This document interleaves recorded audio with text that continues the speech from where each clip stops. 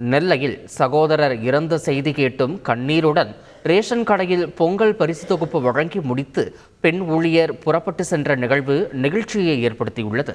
பாளையங்கோட்டை தெற்கு பஜாரில் உள்ள ரேஷன் கடையில் எழுத்தராக லீமா என்பவர் பணியாற்றி வருகிறார். இந்நிலையில் பொதுமக்களுக்கு லீமா பொங்கல் பரிசு தொகுப்பு விநியோகம் செய்து கொண்டிருந்த போது செல்போனில் அவரது சகோதரர் உயிரிழந்ததாக தகவல் வர அதிர்ச்சியில் உறைந்தார்.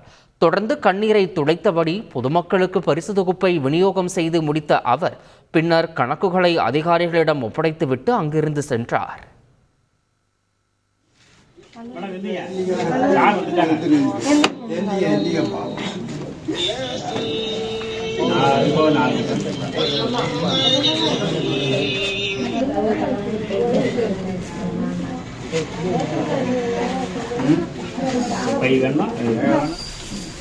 நீங்க எழுதுலையுமா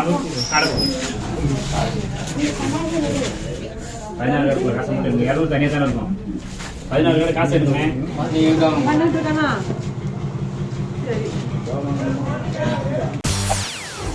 செய்திகளை உடனுக்குடன் தெரிந்து கொள்ள உடனே சப்ஸ்கிரைப் பண்ணுங்க.